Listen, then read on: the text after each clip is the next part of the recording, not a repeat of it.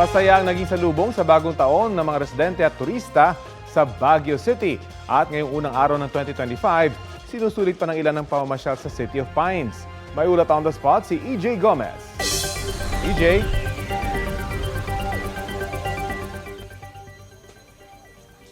Rafi, Happy New Year, no? At dito pa rin tayo sa Baguio City. Kaninang umaga, medyo kaunti pa yung mga bakasyonista natin na lumalarga, no, sa iba't ibang tourist spots dito sa City of Pines. Dahil yan siguro sa sila ay puyat o nagpapahinga pa, no, matapos nga ang magdamagang pagsalubong sa bagong taon. Pero ngayon, natanghali na ay medyo dumami na yung mga sasakyan sa kalsada, pati na rin yung mga kapuso natin na pumupunta na sa iba't ibang destinasyon dito sa summer capital of the Philippines.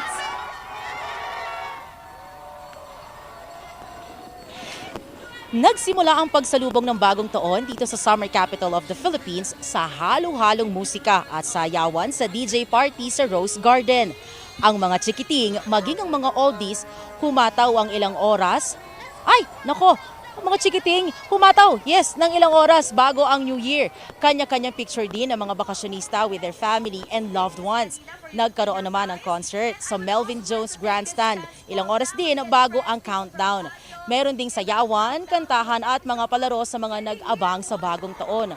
Nagliwanag ang kalangitan pagsapit ng alas 12 ng madaling araw, ang opisyal na pagpasok ng taong 2025. Nag-enjoy daw ang mga dumayo rito. At ngayong unang araw nga ng taon, marami sa kanila todo pasyal na sa mga tourist spots dito sa Baguio City. May ilan pa nga na first-time visitors pa.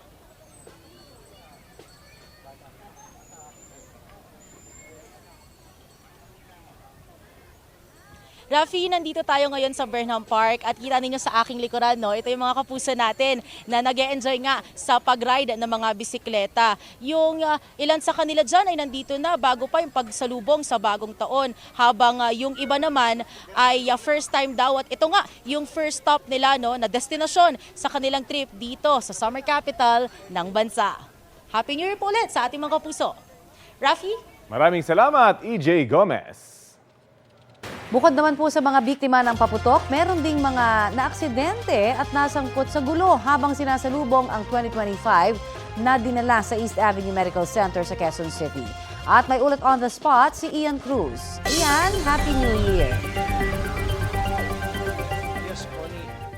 Yes, Connie, kaka-update nga lang ngayon dito sa East Avenue Medical Center at mula sa 23 ay 24 na yung firecracker-related injuries na naitala dito sa East Avenue Medical Center dito sa Quezon City. At Connie, pinakabata dyan yung 9 years old na naputukan sa kamay ng unknown na paputok, habang pinakamatanda naman ng 61 years old na senior mula sa Bukawi, Bulacan na tinamaan ng whistle bomb. Sa ngayon ay hindi pa naglalabas ng comparative stats sa ospital kung marami ba ang naputukan sa salubong 2025 kung ikukumpara sa salubong 2024. Ngayong umaga, wala pang nadala na panibagong firecracker-related injuries dito sa ospital. Pero sa nakuha nating impormasyon, maraming aksidente na naganap sa kasagsagan ng pagsalubong ng bagong taon, gaya ng 11 anyos sa bata na nabangga ng motor ng nakainom na rider habang nanonood ng fireworks. Marami ring kaso ng stabbing at bugbugan kung saan isa sa pinakahuling dinala dito sa ospital ang isang lalaking taga Novaliches. Doon naman, Connie, sa Quirino Memorial Medical Center, dito pa rin sa Quezon City, sinabi ni Dr. Errol Gonzalez na simula December 31 hanggang sa mga sandali ito, nasa 70 na ang naitalang firecracker-related injuries sa ospital. Isa pa rin ang patuloy na naka-admit. Mas mataas ito sa naitalang 14 cases noong salubong 2024. So Connie, patuloy pa rin naka-standby ang mga medical personnel dito sa East Avenue Medical Center dahil nga may mga instances in the past na yung mga bata ay namumulot ng mga hindi sumabog na paputok at pinapasabog nila yan at yung iba nga ay na-aksidente. Pero sana wag nang mangyari yan para hindi na nga tumaas yung statistics ng naputukan dito sa East Avenue Medical Center. Mula rito sa East Avenue, Happy New Year sa inyo, Connie. Happy New Year din muli sa iyo, Ian Cruz, at maraming salamat. Update naman po tayo sa pagbabantay ng Philippine National Police sa pagsalubong sa bagong taon. Kausapin po natin si Police Brigadier General Jean Fajardo. Happy New Year po at welcome sa Balitang Hali. Magandang umaga po, Ma'am Connie, at Happy New Year po. Makikibalita lamang po kami, gaano ho karaming kaso ang ng paggamit po ng illegal na paputok, no, yung inyo pong naitala sa pagsalubong sa bagong taon?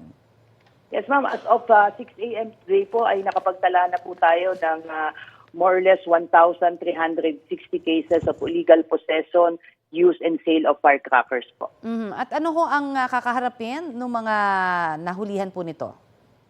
Ang mga kaso po na haharapin po nila ay violation po ng Republic Act 7183 po na meron pong penalty na more or less mga 20 to 30,000 po at meron din pong posibleng pagkakakulong na hindi po bababa ng 6 na buwan hanggang 1 taon po. Okay, at kumpara ho noong nakaraang taon ba, mas dumami ho ba yung mga firecracker-related injuries at mga nakumpiska po na illegal na paputok this year? Mas malaki po yung nakumpiska po nating mga paputok po ngayon compared po last year. Malaki po ang itinaas po ngayon. More or less nasa 593,094 po yung mga nakumpiska po nating firecrackers with estimated value po of 3.9 po. Ano ho bang nakikita niyong dahilan? Bakit ho sumipa kaya ngayong taon ito hong mas maraming bilang po ng mga nagpapaputok po ng mga illegal? Well, ang tinitingnan po natin dyan ay again yung mga tradition po talaga yung ating mga kababayan at talagang sinasalubong po nila ng paputok po itong pagsalubong sa bagong taon at hindi naman po nagkulang ang gobyerno po and even the PNP and Department of Health po sa pagpapaalala po na wag po sana tayong gumamit ng mga illegal na paputok dahil base po sa datos po ng PNP po ma'am ay nasa 297 po yung naitala po nating injured as a result po ng paggamit po ng illegal na paputok at isa naman po yung namatay yun po yung sa Region 3 particularly yung sa Kuya po na Ecija po. Alright, marami po salamat sa inyong update sa amin. Yan po naman si Police Brigadier General Jean Fajardo. Thank you, ma'am.